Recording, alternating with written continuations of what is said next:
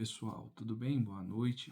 Primeiramente, minhas boas-vindas àqueles que se dispuseram em acompanhar esse diário em forma de vídeo. Estou registrando aqui a minha leitura e meus comentários sobre a obra de René Guénon, uma obra com o título Introdução Geral ao Estudo das Doutrinas Hindus. Nesse vídeo,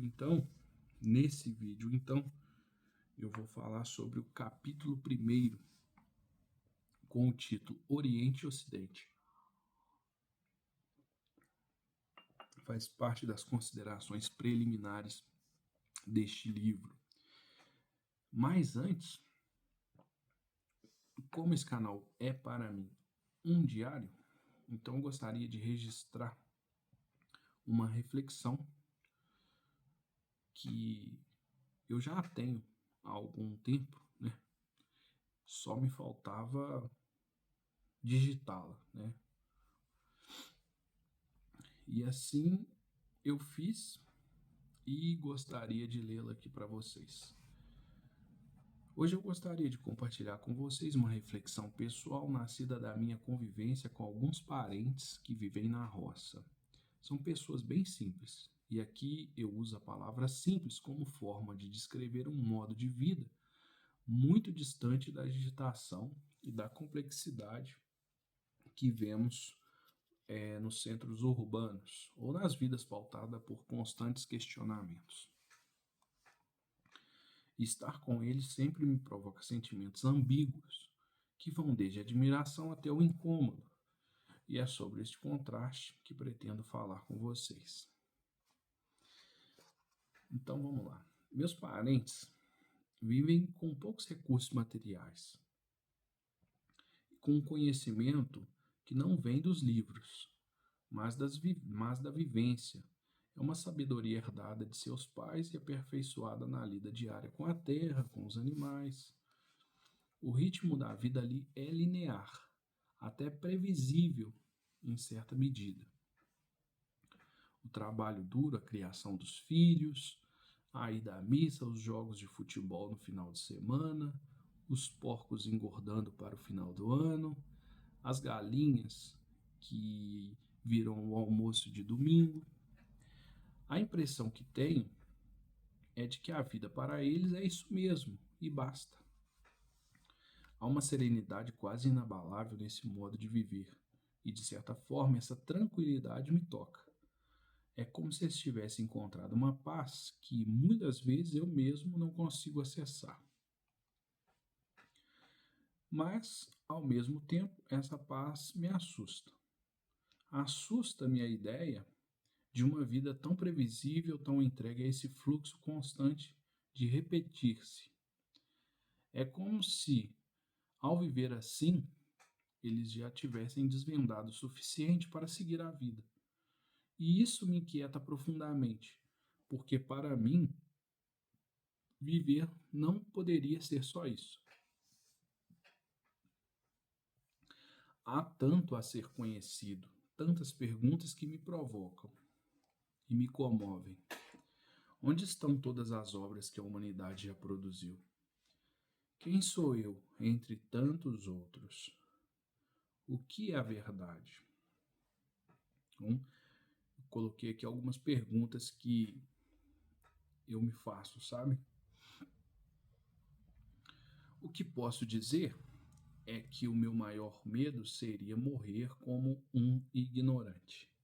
Não falo daquela ignorância medida por diplomas ou citações de rodapé, mas daquela mais sutil e perigosa, a ignorância de quem nunca ousou questionar o que lhe foi entregue como normal. Não almejo ser um colecionador de ideias, de autores ou de obras apenas para enfeitar meu discurso, mas desejo que minha consciência nunca se acomode no que é familiar, nunca se curve diante da inércia do costume, que eu jamais aceite o conjunto de crenças e valores que me cercam como se fossem verdades absolutas, como se tudo sempre tivesse sido assim. Então essa reflexão que eu deixo registrado aqui quero salientar que, de forma alguma, eu desmereço essa condição de vida simples, tá?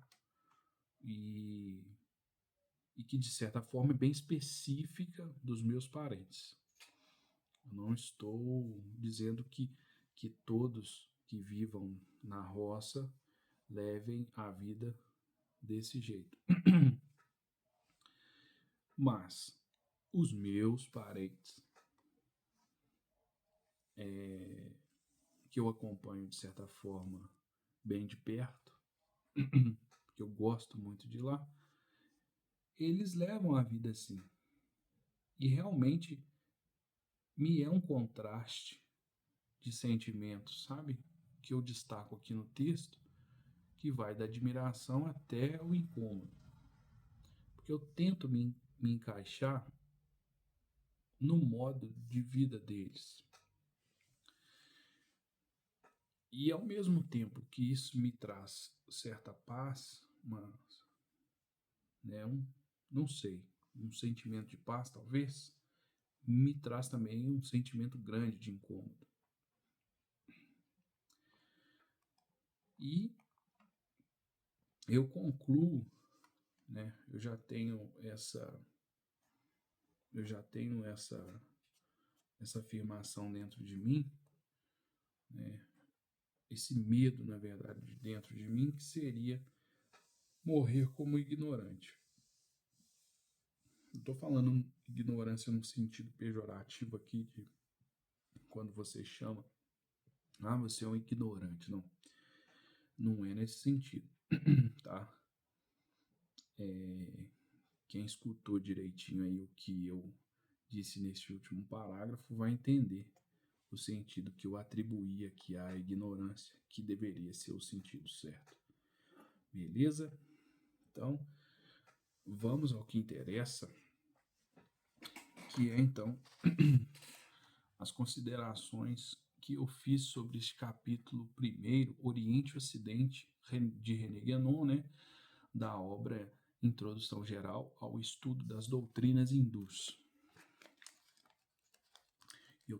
Eu quero falar para vocês que eu estou gostando bem dessas gravações, porque elas estão me fazendo ter uma certa disciplina em construir um texto, pensar naquilo que eu vou dizer, essa ideia, essa possibilidade de estar falando para alguém me ajuda a sistematizar melhor aquilo que eu vou dizer. Porque se eu não tivesse essa preocupação do registro, talvez eu não estivesse tão disciplinado assim nas minhas considerações.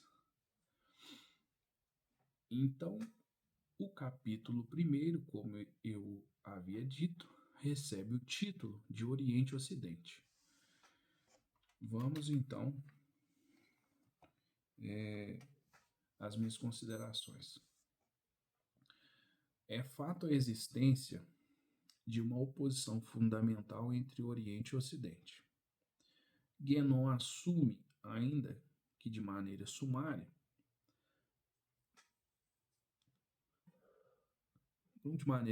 que o Guénon vai falar que o Oriente, essencialmente, ele vai assumir o Oriente essencialmente como a Ásia e o Ocidente como a Europa. Tá?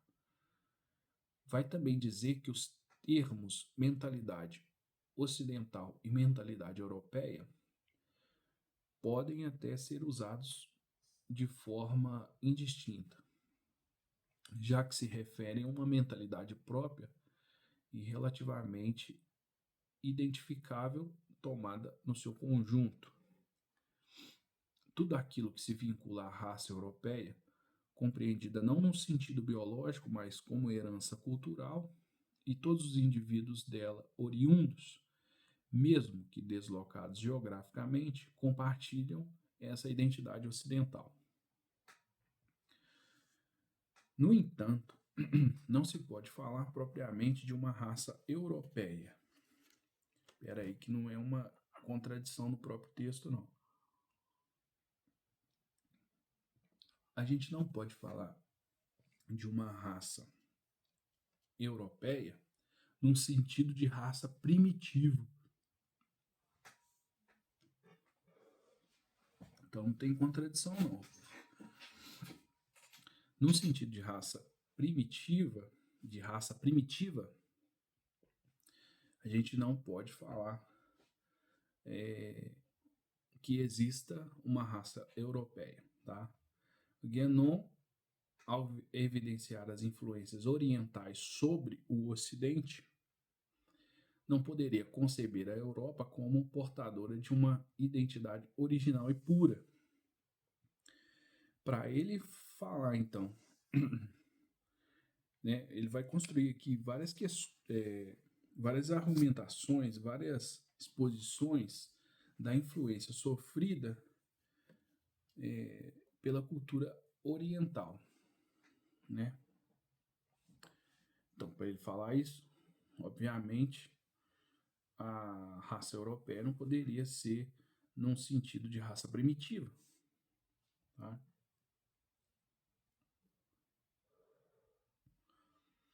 O que existe de fato, então, é uma composição formada a partir da mistura de elementos oriundos das mais diversas tradições e povos.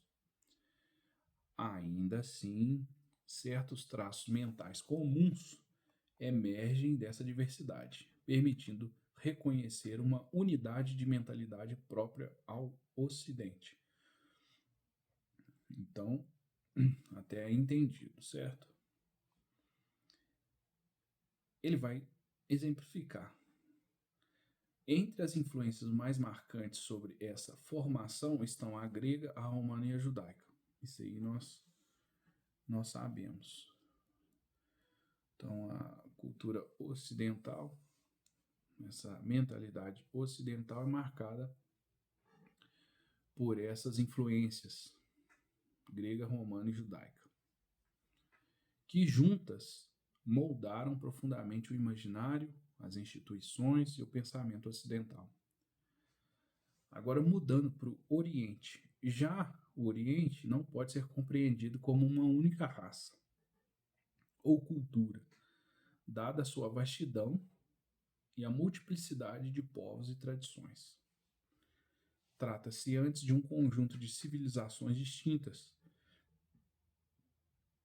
cada uma com características étnicas e espirituais muito nítidas, formando culturas próprias. Diferentemente do Ocidente, do qual se pode falar com alguma legitimidade de em uma civilização europeia, o Oriente deve ser entendido como um lugar de múltiplas civilizações. No entanto, né, que aqui é o seguinte, se a gente, é o meu entendimento, se existe essa possibilidade de apresentar essa oposição entre Oriente e Ocidente, precisa haver uma precisa haver uma unidade em algum aspecto e capacite contrapor a mentalidade oriental da ocidental. Porque se for simplesmente uma pluralidade, difícil falar, incapaz de uma conversa entre uma civilização oriental e a outra, o que de fato nós chamaríamos de Oriente. Tá? Então, ele vai falar o seguinte: no entanto, apesar dessa pluralidade, há princípios comuns que permitem falar em termos gerais de uma mentalidade oriental em oposição à mentalidade ocidental. E aí, para finalizar esse capítulo, ele usa uma metáfora do tronco e do ramo para ilustrar essa relação entre Oriente e Ocidente. Daí ele começa a falar de uma forma, né, geográfica, né, a Europa é geograficamente um prolongamento da Ásia, mas cultural e espiritualmente representa um ramo que se destacou do tronco oriental. Beleza? Então, gente, essa aí são as minhas considerações que eu faço e deixo registrado aqui nesse diário sobre o capítulo 1º dessa obra que eu me dispus a ler e registrando aquilo que eu vou aprendendo do texto. Beleza? Então, o próximo vídeo, que está me dando um trabalhinho, fazendo eu estudar coisas que eu não sabia, algumas coisas que eu já havia esquecido. O próximo capítulo, que é o capítulo 2, leva o título aqui como A Divergência. E aí, para falar dessa divergência, eu acabei tendo que estou estudando um pouco sobre a civilização Egeia, né? Civilização Egeia, dentro da civilização Egeia ali, sobre a civilização jônica, minoica e micênica, beleza? Então é isso, pessoal, até o próximo vídeo e obrigado aí a quem está acompanhando e tirando um proveito para os seus estudos ou por simples curiosidade mesmo. Valeu, até o próximo.